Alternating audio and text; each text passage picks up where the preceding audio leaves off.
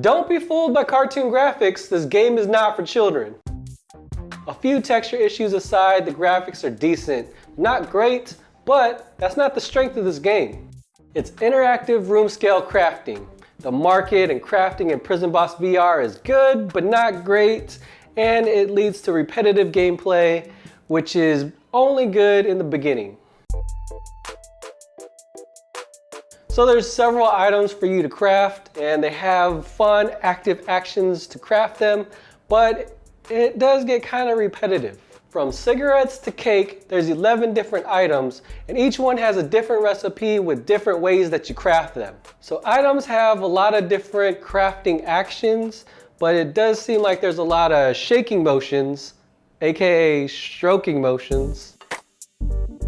The market limits what you could buy, that limits what you could craft. Progress is paced out by these limits, and that in turn limits the fun. The market fluctuations is a good little gameplay mechanic that kind of forces you to make decisions about what to craft. However, it really isn't all that deep. It gives you something to consider when you're stocking up for the night, and you usually start planning out what you're going to craft when you're doing your shopping. Restrictions in the market determine what you could craft, but broken down, it really is just randomized numbers. Save $2 here, spend 3 more there. Who really cares?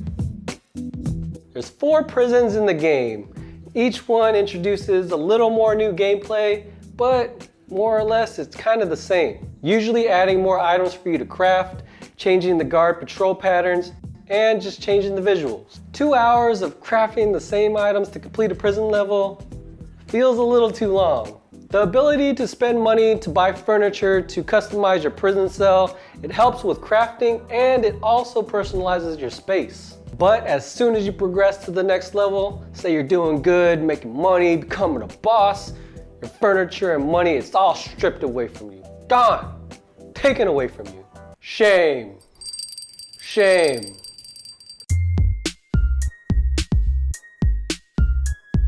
The guards add tension to the game.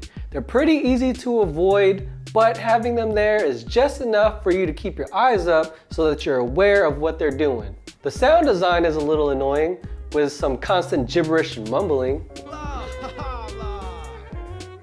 This is strictly a room scale game, with one-to-one your physical space to your virtual prison.